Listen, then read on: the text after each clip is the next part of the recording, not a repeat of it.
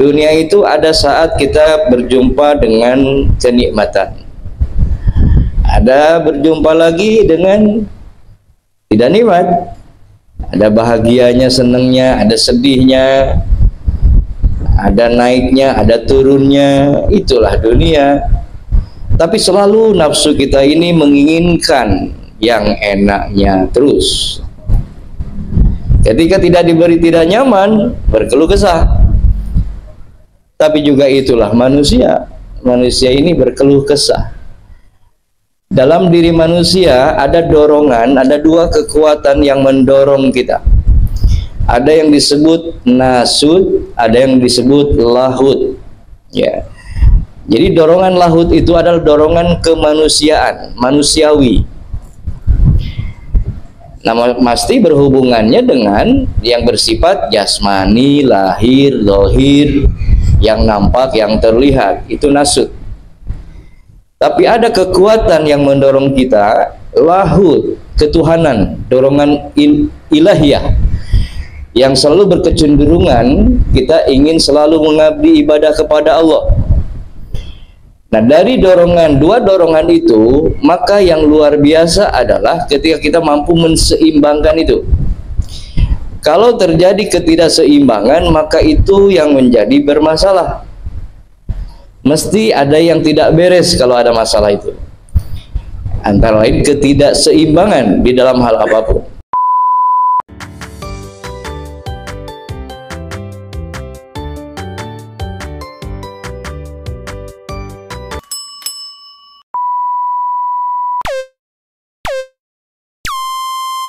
Assalamualaikum warahmatullahi wabarakatuh. Alhamdulillahi rabbil alamin, nahmaduhu wa nasta'inuhu wa nastaghfiruh wa na'udzu billahi min syururi anfusina wa sayyiati a'malina, may yahdihillahu fala mudilla lahu wa may yudlil fala hadiya lahu. Asyhadu an la ilaha illallah wa asyhadu anna Muhammadar Rasulullah. Allahumma salli wa sallim ala sayyidina Muhammad ibn Abdillah wa ala alihi wa ashabihi wa mawala. La hawla wa la quwwata illa billah. Amma ba'd. Ayyuhal hadirin wal muslimin rahimakumullah, ittaqullaha haqqa tuqatih wa la tamutunna illa wa antum muslimun. Qala Allah ta'ala, a'udzu billahi minasyaitonir rajim, wasari'u ila maghfiratin min rabbikum wa jannatin 'arduha as-samawati wal ardu uiddat lil muttaqin. Ilahi anta maksudi wa ridhaka madhubi atini mahabbataka wa ma'rifataka. Hadirin jamaah manaqib yang dimuliakan Allah, alhamdulillah kita sudah melaksanakan rangkaian tuntunan dari Guru Agung Syekh Mursyid Pangersa Abah di dalam pengajaran Thariqah Qadiriyah Naqsyabandiyah, mulai dari berjamaah maghrib, kemudian dilanjutkan dengan zikir dan khataman, lalu amaliyah-amaliyah sholat sunat, kemudian masuk isya kita berjamaah isya zikir, kemudian kita melanjutkan dengan sholat sunat lidaf ilbala, lalu kemudian khataman lagi dengan diikhtisar khatamannya. Lalu alhamdulillah tadi oleh Sohibul Bait ya, Pak Haji Peri dan Umi, kita dipersilahkan santapan jasmani, isinya di perut, diisi juga perutnya. Nah, hanya saja terkadang kalau sudah diisi perutnya, larinya ke matanya jadi ngantuk-ngantuk. Alhamdulillah ya. Nah, kemudian tentunya di dalam melaksanakan berbagai kegiatan amaliyah ibadah kita, tentunya kita senantiasa dilandasi bahwa kita semata-mata mengharap ridho Allah. Ilahi anta maksudi, ya Allah, hanya Engkau yang kami maksud dari yang kami lakukan ini dan itu, baik yang bersifat ubudiyah hablum minallah atau juga hablum minan nas, selalu didasari dengan ilahi anta maksudi wa ridhoka matlubi, ridho Allah yang kami cari dari ini semua. Maka kalau semua dilandasi dengan munajat, ya, yang kalimat tadi ilahi anta maksudi wa ridhoka matlubi ini, maka yakinlah Allah akan memperjalankan kita hidup di dunia sampai ke negeri akhirat, akan diberkahi oleh Allah. Adapun namanya hidup dunia mesti tidak selamanya dirasa nikmat. Kita ini bukan di surga, tapi juga tidak di neraka. Kalau di neraka sengsara selamanya, kan itu. Dunia itu ada saat kita berjumpa dengan kenikmatan, ada berjumpa lagi dengan tidak nikmat. Ada bahagianya, senangnya, ada sedihnya, ada naiknya, ada turunnya. Itulah dunia. Tapi selalu nafsu kita ini menginginkan yang enaknya terus. Ketika tidak diberi tidak nyaman, berkeluh kesah. Tapi juga itulah manusia. Manusia ini berkeluh kesah. Dalam diri manusia ada dorongan, ada dua kekuatan yang mendorong kita. Ada yang disebut nasud, ada yang disebut lahud. Ya. Jadi dorongan lahud itu adalah dorongan kemanusiaan, manusiawi. Nah, pasti berhubungannya dengan yang bersifat jasmani, lahir, zahir, yang nampak, yang terlihat, itu nasud. Tapi ada kekuatan yang mendorong kita, lahud, ketuhanan, dorongan ilahiyah, yang selalu berkecenderungan kita ingin selalu mengabdi ibadah kepada Allah. Nah, dari dorongan, dua dorongan itu, maka yang luar biasa adalah ketika kita mampu menseimbangkan itu. Kalau terjadi ketidakseimbangan, maka itu yang menjadi bermasalah. Mesti ada yang tidak beres kalau ada masalah itu. Antara lain ketidakseimbangan di dalam hal apapun. Bagaimana bisa menimbulkan ketidakseimbangan, atau bagaimana bisa menimbulkan ketidaknyamanan di dalam kehidupan? Itu oleh karena tidak ada keberesan di dalam diri kita. Jadi semua hal yang di luar diri manusia tergantung ada dalam diri manusia. Kalau kitanya tidak beres dalam dirinya, maka keluarnya tidak beres. Maka harus dibereskan dulu keadaan diri kitanya. Ya, seimbangkan itu antara nasud dengan lahud. Jangan terlalu kuat lahudnya, nasudnya lemah, atau sebaliknya nasudnya kuat, lahudnya lemah. Salah satu contohnya misalnya, kalau kekuatan lahud yang kuat, nanti mestinya pengennya ibadah saja terus, nggak mau usaha. Nah itu tuh, nggak mau pergi ikhtiar, pengennya berdiam diri aja, itikaf saja di masjid, baca Quran saja terus, nggak mau hubungan dengan dunia.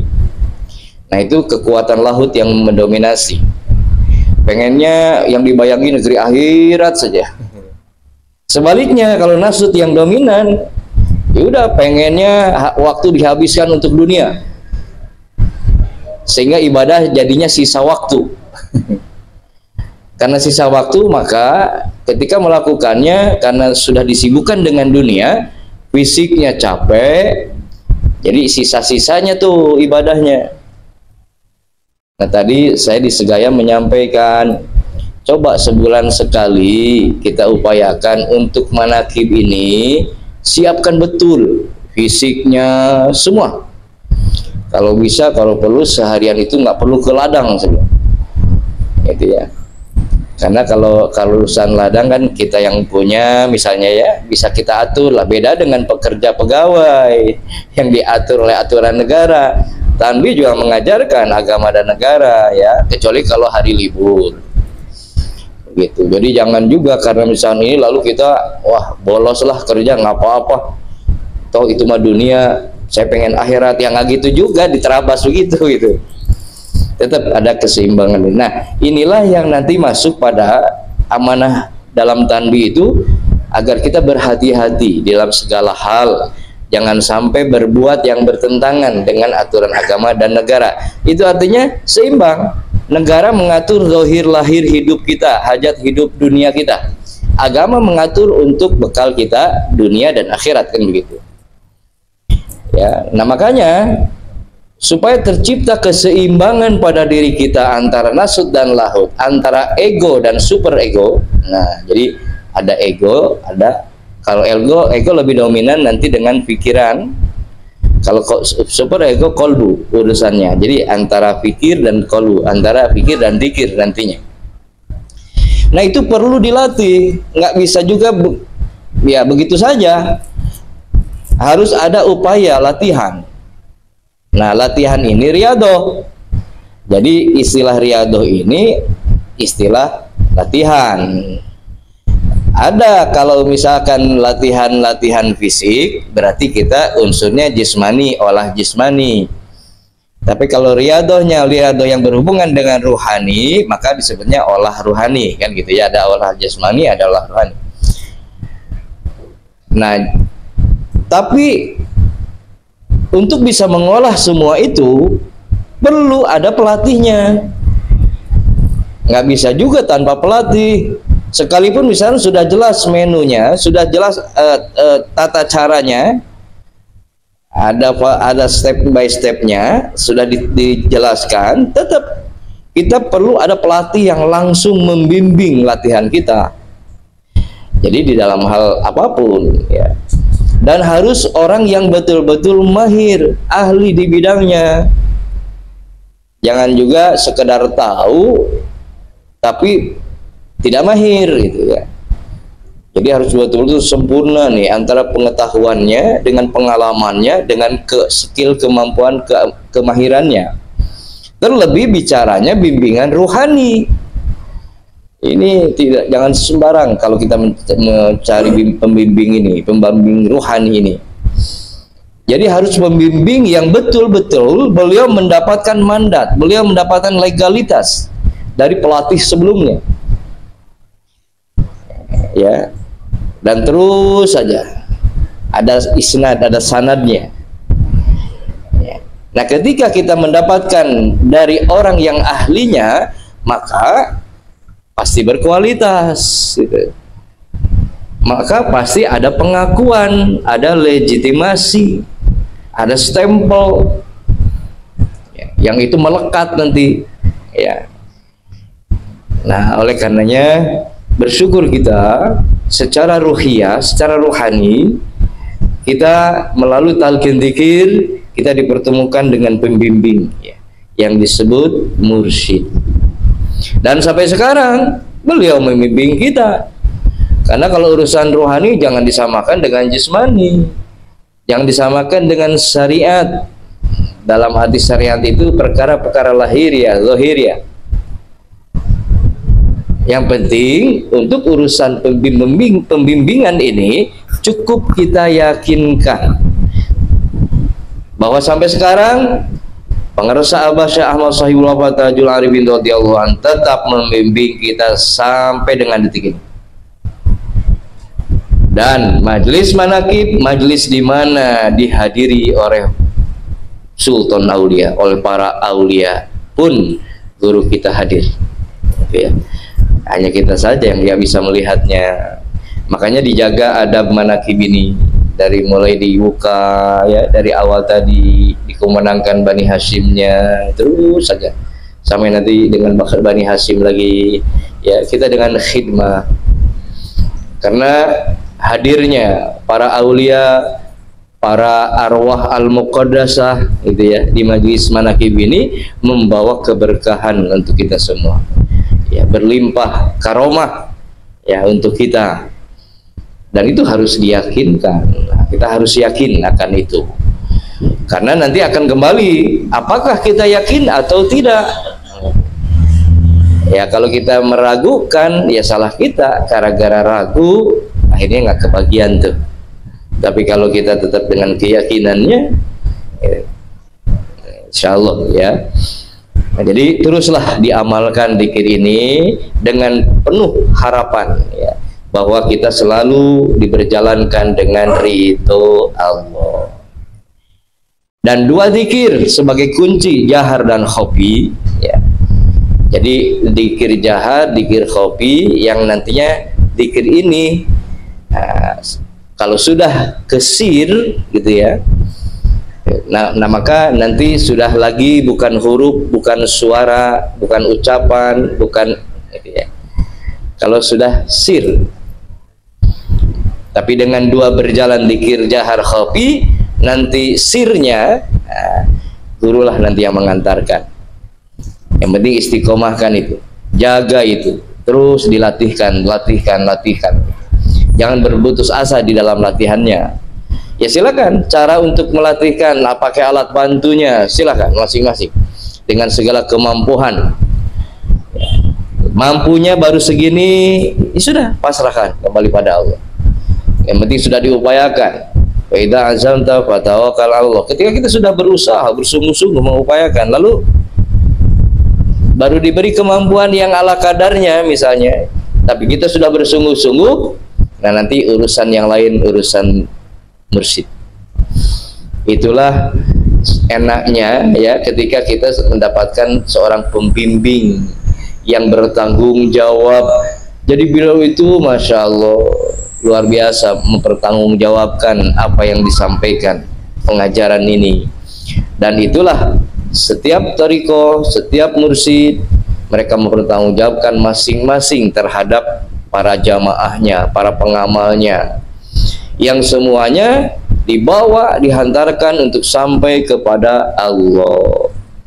Jadi masing-masing tuh dengan caranya, dengan metodenya, dengan kesungguhannya, dengan pertanggungjawabannya gitu. Tapi kalau sudah ada pelatih di dalam urusan rohani, mursyid, nah maka harus berketetapan, jangan berpindah kecuali ada izin, gitu ya, adab dalam thariqah itu. Dan jangan mengambil dua apalagi lebih pembimbing.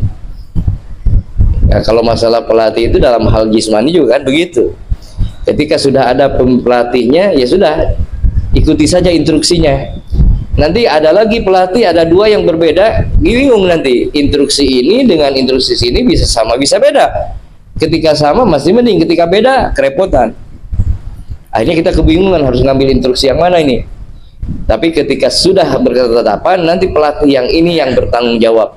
Kalaupun misalkan ada yang salah apa yang kita lakukan, nanti inilah yang akan ini gitu. Jadi sama perjalanan rohani pun begitu ya.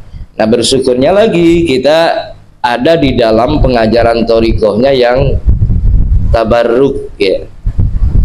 Jadi thariqahnya tabarruk, dia mengamalkan zikir jahar, maka boleh disebut juga thariqah Suryalaya ini kalau dia sabani thariqah zikir.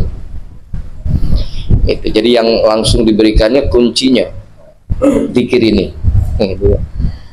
Saudara yang lain mungkin masih ada yang lain yang beratnya gitu. Tapi luar biasa ketika mampu istiqomah, ya tinggal ikuti saja pembimbingnya ya. Insya Allah semua nanti dihantarkan semua untuk usul kepada Allah. Ya, dunia ini gambaran nanti. Di dunia pun sama, ketika kita berjalan mau ke satu tujuan, ya silakan mau ngambil yang mana nih. Mau pakai jalur selatan, utara, tengah, mau tol, mau lewat hutan, yang penting tahu arah tujuannya kemana, ketemu tuh sampai semua. Cuma nanti mungkin berbeda di waktunya, karena ini kalau ini muter, kalau ini jalan motong dia, ini lebih cepat, ini agak muter dulu ya, yang penting sampai. Nah kita sering dipermasalahkan di metode itu, di cara itu, rame ribut di situ. Itu gara-gara beda jalannya, beda caranya gitu ya. Nah yang penting ketika kita berbeda di dalam cara, ya sudah kita saling doakan saja. Kamu dengan caranya, aku dengan caraku. Yang penting kita saling doakan, kita sama-sama ketemu lagi nanti di tujuan sampai. Gitu kan enak. Cuma kalau kita tahu misalnya kita sudah lewat jalan sana, kita nggak ambil lagi karena tahu jalan sana itu ada jembatan mau roboh misalnya. Ya tinggal kasih tahu aja. Ya silakan, kalau tetap mau lewat situ, pada akhirnya ketemu juga nanti di simpangan sana, tapi hati-hati nanti di kilometer sekian itu ada jembatan mau rubuh. Kasih tahu aja. Gitu ya. Jangan malah kamu nggak boleh ke sana atau gimana. Atau ada kadang-kadang yang niatan yang nggak ininya, kamu mending lewat sana, padahal maksudnya supaya masuk jurang gitu. Ya itu ya, jadi inilah kadang-kadang nasut yang kuat nanti akan didampingi dengan iblis nantinya di belakangnya itu ya. Nafsu yang ini itu iblis, nanti lahut nanti malaikat yang ininya. Nah itulah ya, jadi wajar ketika ada dalam diri lahir kemudian pikiran-pikiran yang bengkoknya nanti lurus lagi, nanti bengkok lagi. Kalau secara energinya nanti bersemangat, nanti bermalas-malasan, hal yang wajar karena itu semua ada dalam diri manusia. Tinggal bagaimana kita mengelola itu, bagaimana mengarahkan itu kembali kepada diri kita masing-masing. Nah dengan kekuatan zikrullah, nah itulah kunci, semua itu akan kembali kepada Allah. Dan zikir hanya mengingat Allah. Jadi dengan zikir kita kembali kepada kekuatan yang tunggal, Allah Subhanahu wa ta'ala. Nah kalau sudah Allah menerima, nanti Allah akan limpahkan lagi kekuatannya kepada kita, yang itu kekuatannya Allah. Salah satu contohnya di Manqobah tadi, ketika banyak para ulama di situ, kemudian ada satu ini beliau, lalu kemudian beliau menundukkan kepala, bertawajuh, itu mengosongkan dirinya, yang ada adalah Allah. Gitu. Maka Allah limpahkan kekuatan, kemampuannya, Allah limpahkan ilmu-ilmunya, cahayanya, nur, wah segala macam, sehingga itu kemudian dilihat oleh para ulama yang hadir. Lalu kemudian cahaya yang menyilaukan, cahaya yang meliputi, semua energi terkuras di situ, keambil semua di situ, sehingga semua historis. Akhirnya dibukalah bajunya, disobeklah gitu. Artinya apa itu? Baju-baju ego kita. Maka turunkan ego itu, buang gitu. Kalau kita sudah diperjalankan harapannya untuk menuju ridha Allah, maka jangan ada lagi kekuatan kita, jangan ada lagi egonya, buang, rusakkan egonya, fanakan diri. Nah gitu, untuk meraih fana fillah, fana pada Allah. Ya. Tapi ya karena kita masih sedang di dunia, itu harus seimbang, kadarnya harus seimbang, tetap nggak boleh saling melebihi, supaya tidak timpang, supaya tidak bermasalah. Nah maka kalau Bapak Ibu mengalami kenikmatan-kenikmatan di dalam beribadah, misalnya zikir hari ini nikmat benar, sayang kalau mau berhenti misalnya, akhirnya terus dikiran, nggak sadar zikir kita sudah berapa ngabisin waktu ini, lupa bahwa ada janji, saya udah ada janji misalnya dengan orang. Saking nikmatnya kelupaan janjinya. Nah itu berarti terlalu berlebihan di situ. Berarti nggak kontrol, berarti nggak seimbang di situ. Sebab kalau masih seimbang, tetap ada di dalam kesadaran. Nah maka kalau itu terjadi, rasa-rasa seperti itu, maka waspada. Kalau sekiranya masih dalam kondisi sadar, terkontrol, silakan lanjutkan. Tapi kalau ada kekhawatiran, kita khawatir terlalu kuat dorongannya, ya, mengarahkan kita kelupaan yang ini, maka di situ berhenti dulu tuh, di situ ini dulu, dijeda dulu, jangan dulu dilanjut caranya. Tapi kalau sekiranya masih dalam kesadaran, silakan teruskan. Tapi kalau sudah mulai khawatir nih, aduh takutnya keenakan ini, maka sudah berhenti. Ya kalau misalkan hanya berhenti sesaat untuk menormalkan, mengembalikan gitu ya, lalu mau lanjutkan. dapat lagi rasa itu. Nah, hati-hati lagi. Sekiranya khawatir, berhenti lagi, diam sejenak, nah gitu ya.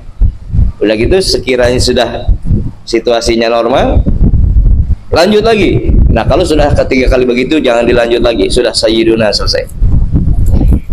Itu ya, untuk ininya, latihan ininya begitu, jangan dilanjutkan. Nah, ada juga dorongan yang kita merindukan kenikmatan itu. Dulu misalkan pernah mengalami nikmat dzikir ini, nah sekarang nggak ketemu lagi nikmat itu, lalu kita kejar ingin merasakan nikmat yang dulu misalnya. Nah, berarti ya kalau yang sekarang ada nasutnya yang mengejar nafsu di situ, ada nafsu yang mengejar. Maka jangan salahkan kalau nikmatnya nggak ketemu lagi, karena ada nafsu yang mendominasi, mendorong di situ. Kalau dulu kan nggak, ngalir aja, nggak ada apa keinginan apapun, yang ngalir sebagai Tuhan begitu, ya sudah, akhirnya diberi nikmat. Nah, sekarang dicari nikmat itu, ya kan, berarti nafsu. Nah, maka hilangkan nafsu itu, ngalir lagi seperti dulu, insya Allah ketemu lagi, gitu ya. Pun dalam hal yang lain, itu kan tadi dzikir ya, dzikir, ada lagi kan khotaman, ada manakib, itulah 3 tuntunan pokok itu. Ya, dzikir jaharnya, kalau dzikir hobinya nggak usah dibaca, dibilang di ini lagi, itu kalau itu selamanya kalau dzikir hobi itu kan. Tapi bagaimana dzikir hobi, dzikir ya yang terus saja menyebut dzikir ini, mengingat ya. Bagaimana juga nanti dzikir khofi ini lalu mendorong kita, mengantarkan kita kepada sirnya. Jangan aneh kalau sudah disir nanti ada semacam begini, seperti lupa padahal tidak. Nah, jadi dalam hal ini maka kita jangan mengambil hukum, jangan menilai, mengira-ngira bahwa saya ini lupa dan ingat kalau sudah disir. Gitu. Kalau hobi masih terasa tuh lupanya dan ininya kan, itu ya terasa kalau di hobi. Tapi kalau sudah disir itu menjadi ini antara lupa dan ingat itu. Jadi kadang-kadang ada perasaan ada lupa, tapi sesungguhnya itu bukan lupa gitu. Nah, itu nanti di dalam perjalanannya akan ketemu sebetulnya.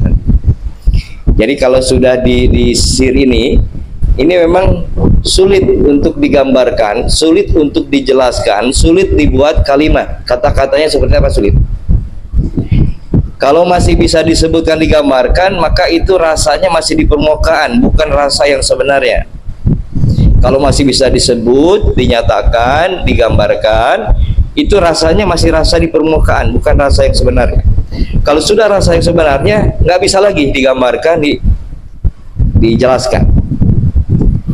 Ya tinggal, ya pokoknya begitu aja kan gitu. Mesti gitu. Ya pokoknya begitu aja kan gitu ya. Nah, itu berarti rasanya sudah ada di rasa yang, ya. Nah, itulah makanya dalam berjalannya seimbangkan itu tadi, sehingga nanti ketika kita mau membuat satu penilaian pengira-ngiraan tadi, akan terjaga dari penilaian sangkaan yang tidak kena atau sangkaan yang tidak pas gitu. Nah, makanya sekiranya ada hal yang dialami, dirasakan lalu membingungkan dan itu membuat semakin bingung, lalu kemudian jadi khawatir, nah maka berhenti, diam dulu, jaga dulu di situ gitu. Tapi nggak apa-apa, kita mengalami bingung itu wajar juga, tapi jangan diikuti terus bingungnya, jangan dicari-cari dulu juga ininya, apa ini alasan dari kebingungan itu. Kalau sekiranya nanti kita malah terbawa dengan bingung yang terus, maka segera kembalikan kepada Allah, pasrahkan.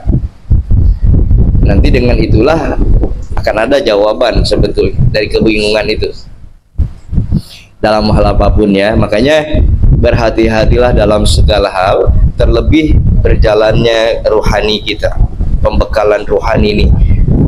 Dan ya, kekuatan keyakinan itu akan menentukan. Makanya sampai sekarang Bapak Ibu tetap kita harus jaga keyakinan kita bahwa mursyid kita sampai dengan saat ini, dan beliau tetap membimbing, beliau tetap dengan caranya beliau.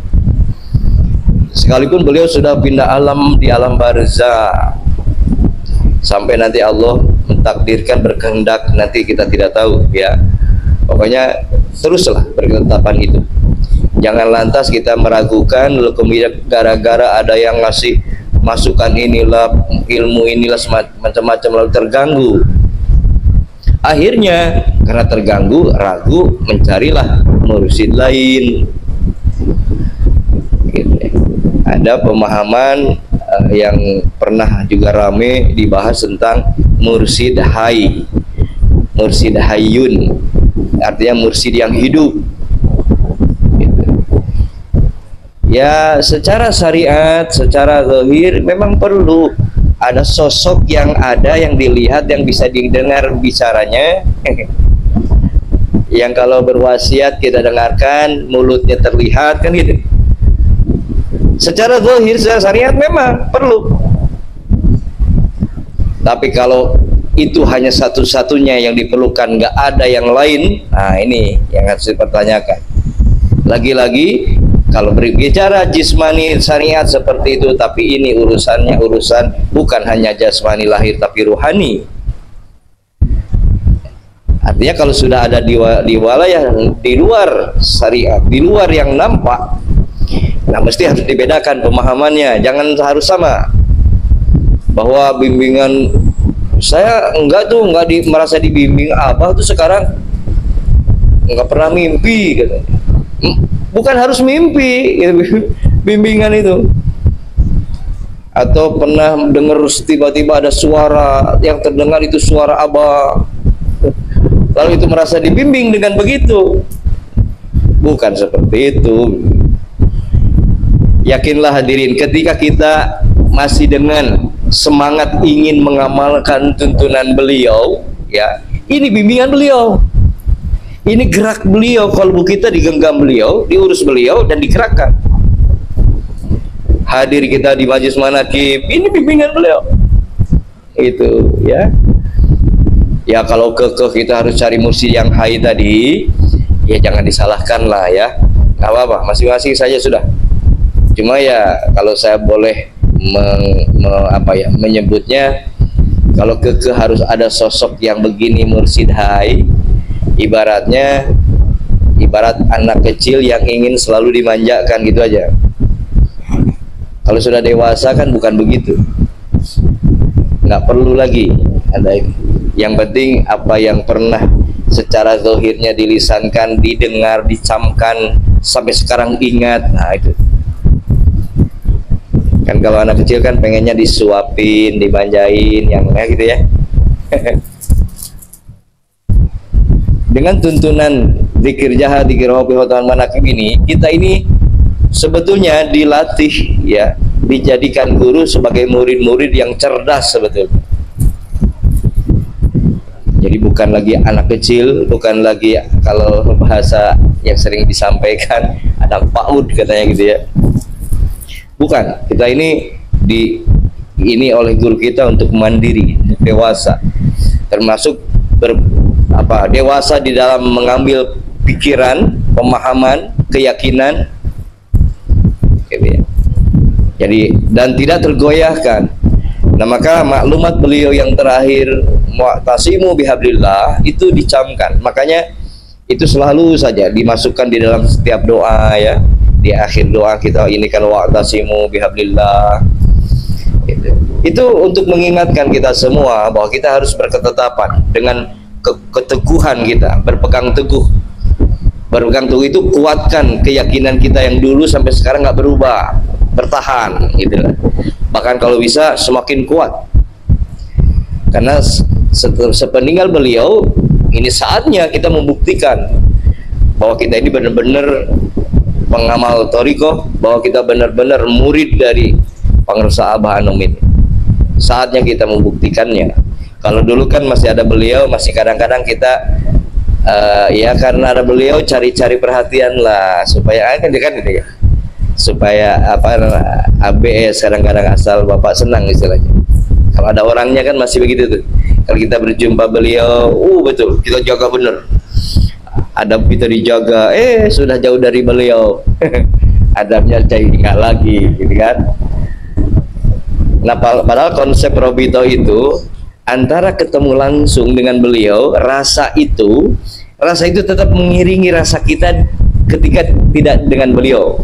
Itu Robito itu begitu, nyambung terus, ngikut terus, mengiringi kehidupan kita gitu ya kan. Artinya apa? Artinya nanti akan terjaga dan terbimbing segala perilaku kita, segala perbuatan kita ini mesti terkontrol. Ya gimana gak terkontrol coba? Rasa kita seolah-olah guru ada di sini saat ini.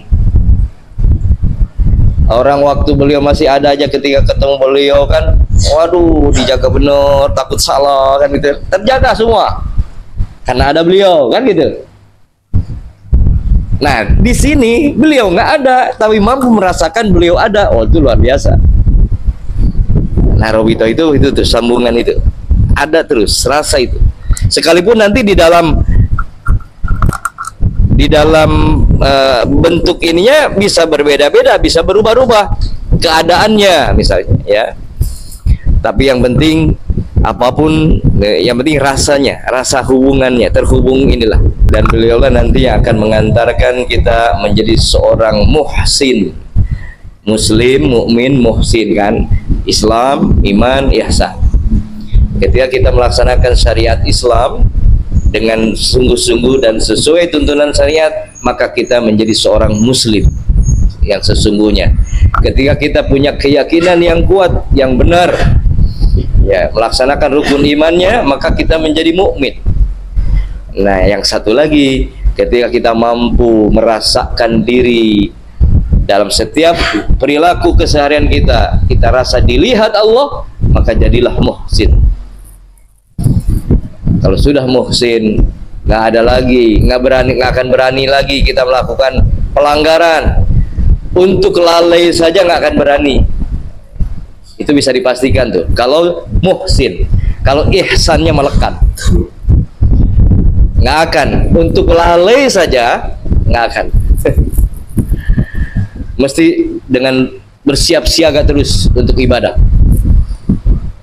Ketika kita mau melakukan apa, Allah melihat kita, wah nggak akan berani itu, takut kita, malu kita, terjaga jadi. Karena memang Allah juga lah yang menjaga kita, memperjalankan kita. Ketika kita akan melewati tempat maksiat, lalu kemudian kita diingatkan, itu ihsan ya. Maka untuk pengantar ya, ketika kita belum merasa mampu ihsan ini, nah maka pengantarnya adalah sambungkan robitohnya kepada mursyid. Nanti beliau yang membantu kita mengantarkan itu ya. Hadirin, itu saja yang dapat sampaikan, mudah-mudahan bermanfaat, khusus untuk saya pribadi, umum untuk kita semua. Akhirul kalam, assalamualaikum warahmatullahi wabarakatuh.